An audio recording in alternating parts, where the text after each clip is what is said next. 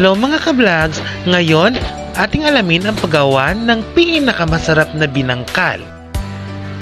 Pagsama-samahin natin ang ating mga sangkap at timbangin.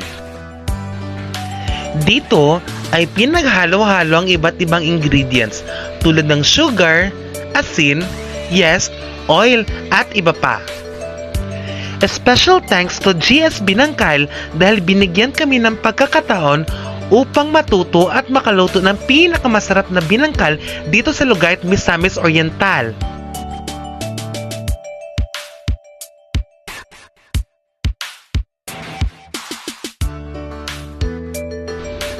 At ngayon naman ay pinaghalo-halo na ang mga sangkap sa isang malinis na stainless bowl at nilagyan ito ng mantikilya.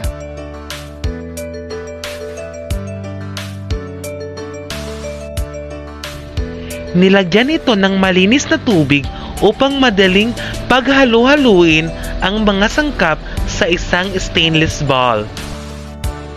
At ayan na, sinimulan na ang pag-i-stir upang daling matunaw ang mga namumuong sangkap.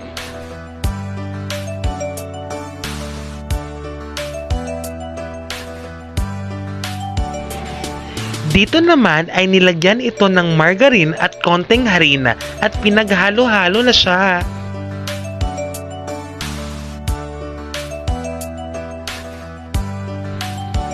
Dahan-dahan itong nilagyan ng 2 kilong harina ni Ate Rochelle at Ate Irish.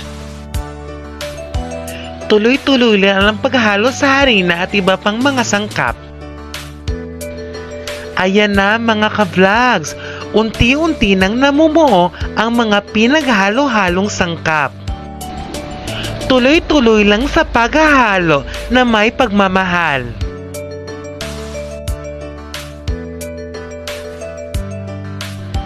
Sa puntong ito ay talagang naninigas na ang pinaghalo-halong sangkap.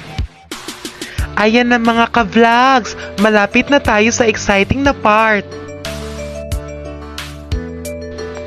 At ngayon naman mga ka-vlogs ay naset na ang ating sangkap at ready na ito to form into pieces.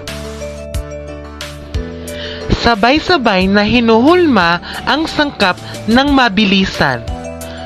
At talaga namang nakaka-proud mga ka-vlogs kasi nagtulong-tulong ang mga estudyante ng Inito College.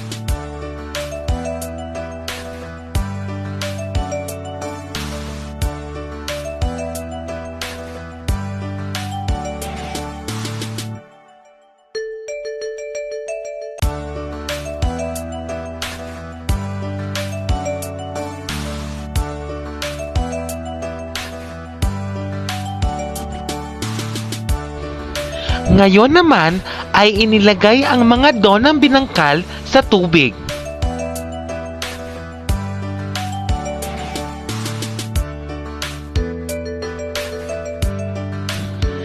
Inilagay ang dough sa isang container upang ito ay matuyo mga ka-vlogs. Ayan na mga ka-vlogs, malapit nang maluto ang ating binangkal. We're done mga ka-vlogs, and now let's taste the very delicious